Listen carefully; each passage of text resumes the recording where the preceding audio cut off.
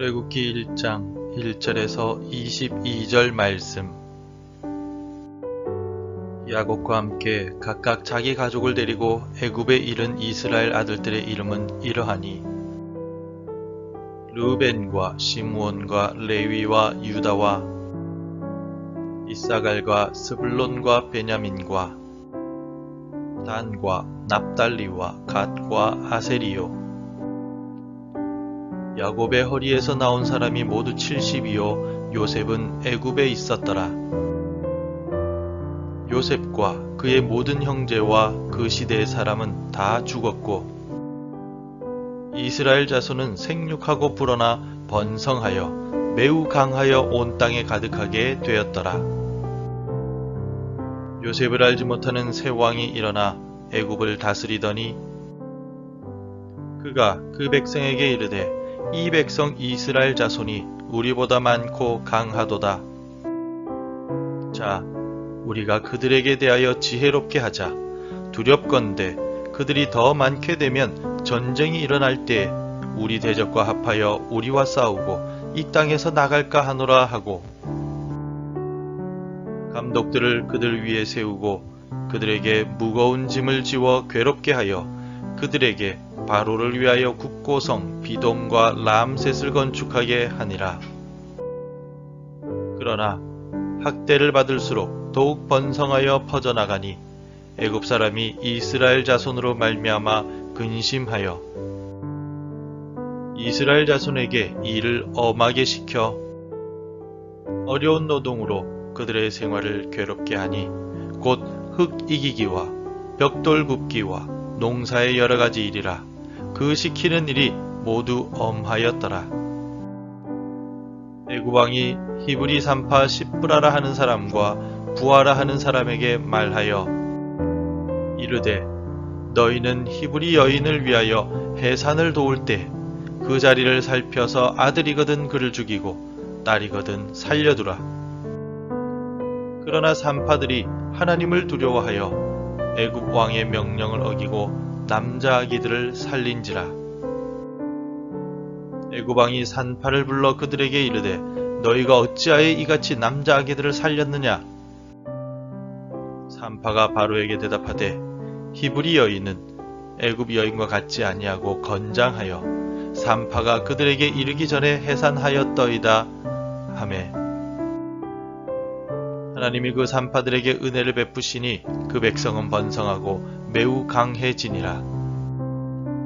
그 산파들은 하나님을 경외하였으므로 하나님이 그들의 집안을 흥왕하게 하신지라.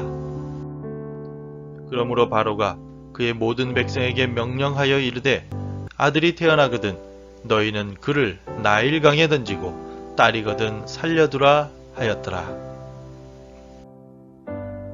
누가복음 말씀을 끝내고 오늘부터 출애굽기 말씀을 묵상하게 됩니다. 어린 시절 텔레비전 프로그램 중에서 제일 무서웠던 프로그램은 여름마다 했던 남양 특집 전설의 고향이었습니다. 무섭긴 무서운데 보고 싶어서 부모님 등에서 이불 뒤집어 쓰고 보았던 기억이 있습니다. 귀신이 나타나면 소리를 지르며 이불을 뒤집어 쓰고 부모님 등에 딱 붙었었던 기억이 있습니다. 이후에 성장하면서 귀신보다 더 무서운 존재가 인간이다라는 것을 조금씩 알아가고 있습니다. 어떤 사람들은 사람보다도 곤충을 더 무서워하기도 합니다. 또 어떤 사람들은 귀여운 강아지나 고양이를 무서워하기도 합니다. 우리 모두는 각자 자신들이 무서워하는 것 하나쯤은 있기 마련입니다.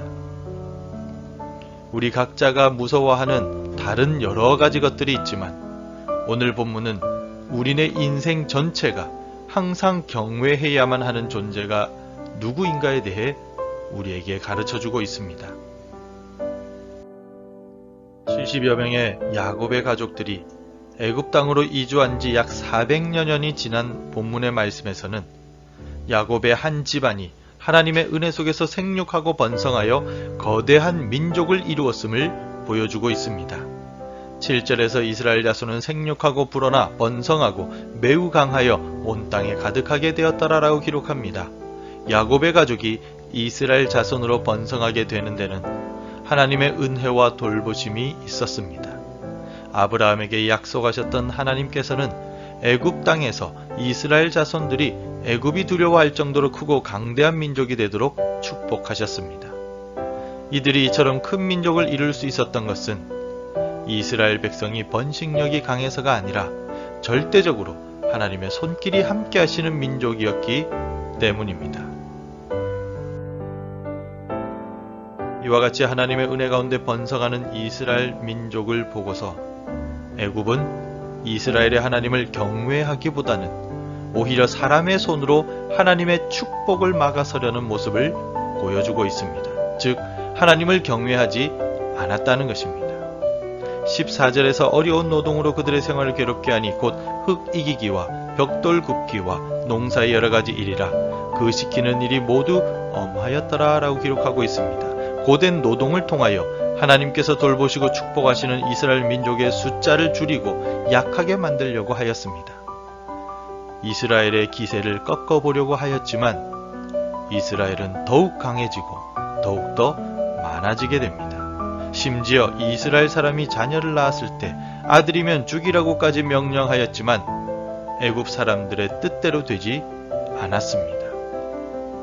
애굽은 지금 하나님의 손을 인간의 손으로 막아보려고 애를 쓰고 있습니다. 번성하는 이스라엘을 보면서 하나님을 발견할 수도 있었지만 애굽 왕과 애굽 사람들은 하나님을 보지 못하고 하나님을 경외하지도 않았습니다. 그 결과 하나님을 경외하지 않는 애굽의 모든 시도는 실패로 돌아가고 맙니다. 이브리 산파 시브라와 부하는 애굽 왕의 권력을 무서워하기보다는 창조주 하나님을 경외하는 사람들이었습니다. 애굽 왕은 세상의 권력을 가졌지만 하나님을 경외하지 않았습니다. 산파들은 아무런 권력이 없었지만 창조주 하나님을 경외하는 사람들이었기에 애굽 왕을 두려워하지 않았습니다. 애굽 왕이 분노하며 산파들을 책망할 때에도 하나님께서 산파들에게 지혜의 말씀을 주셔서 지혜롭게 잘 대답하였습니다.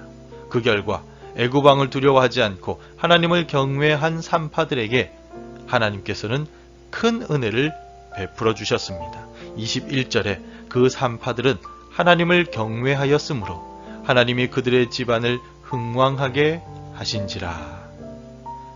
여기에서 흥왕하게 하신지라 라는 말은 행한다, 세운다 라는 뜻을 가지고 있습니다. 그래서 원어적으로는 하나님께서는 산파들의 집을 세우시고 가정을 축복하셔서 그들이 하는 모든 일들이 잘 되도록 번영케 하셨다라는 뜻이 된 것입니다. 사람 앞에서도 담대하여 하나님 말씀에 순종하며 하나님을 경외하는 산파들에게 하나님께서는 큰 축복과 번영을 허락해 주셨습니다. 시편의 저자는 여호와를 경외하는 자에게 주시는 축복에 대해 이렇게 노래하고 있습니다. 시편 111편 5절에서 여호와께서 자기를 경외하는 자들에게 양식을 주시며 그의 언약을 영원히 기억하시리로다 라고 말입니다.